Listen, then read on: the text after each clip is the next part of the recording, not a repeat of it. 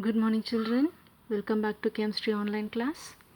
So in last video we have started this chapter matter in our surroundings. So in that we have seen the states of matter, everything, and boiling should be taught today. So before going to this boiling, this interconversion of three states of matter that we have seen in the last video itself.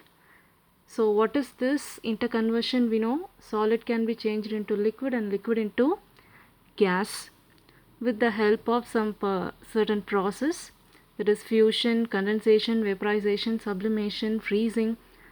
With the help of all these processes, the interconversion can be done.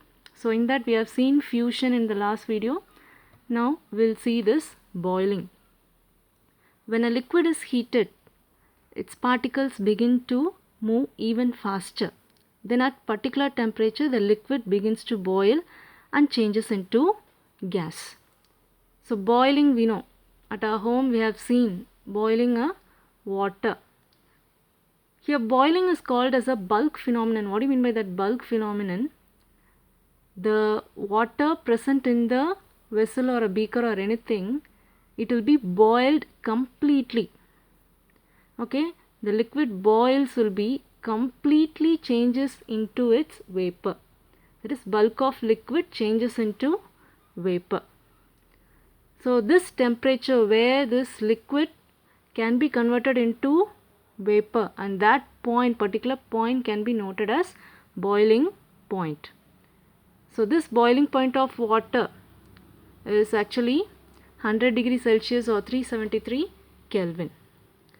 So in last video we have seen what is latent heat of fusion. Okay, solid, 1 kg of solid which is converted into liquid. Here it is latent heat of vaporization. So 1 kg of liquid that can be converted into gas at atmospheric pressure at its boiling point is called latent heat of vaporization. So here with the help of thermometer, the boiling point and boiling temperature will be noted down. Next is sublimation. Sublimation, we know, either if you want to convert solid into gas or gas into solid, we need this process called sublimation. So here one example is given, either camphor or ammonium chloride. So any of the thing we can take it for this experiment. So here they have taken ammonium chloride which is taken in a china dish. Okay, china dish. That is actually kept over the Bunsen burner with the help of the stand.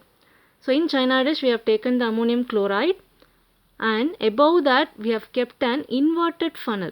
Okay, funnel which is inverted over that china dish. So now this ammonium chloride salt is getting heated. So what will happen, since it is closed with the inverted funnel and that opening also it is sealed with cotton. So there is no way the vapors can be go out. So the vapors cannot go out here. So what will happen, those vapors that will settle down in the sides of the inverted funnel. So solid can be changes into a gas. Now what will happen if you are not burning it? The gas which is settled at the side of the test tube will be converted into a solid. Okay, so if you heat, the solid can be changed into a gas, and if you cool, the gas can be changed into a liquid. So this is sublimation. So next, it is evaporation, the very important topic here in this lesson. So many questions will be asked only from this topic only. And very important question is this, factors affecting evaporation. That is very important. So that we'll see now. What is evaporation? Liquid can be converted into a vapor. Okay, this evaporation is a surface phenomenon. What is the surface phenomenon? See, even boiling is also the same, where the liquid can be converted into vapor. Here evaporation also, liquid can be converted into vapor. So what is the difference between boiling and evaporation?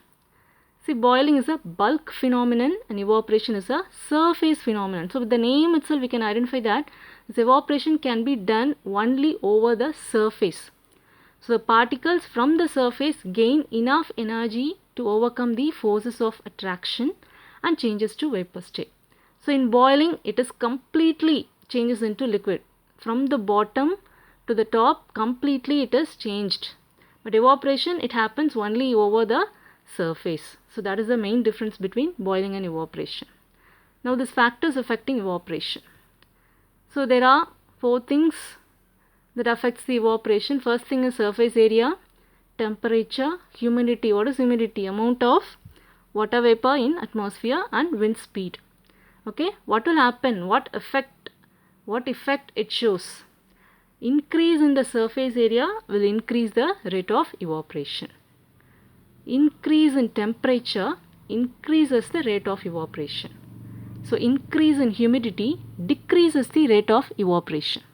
An increase in wind speed increases the rate of evaporation. So these are the main things that point should be noted down here. So here you can see the water molecules in that picture, the water molecules, that is H2O.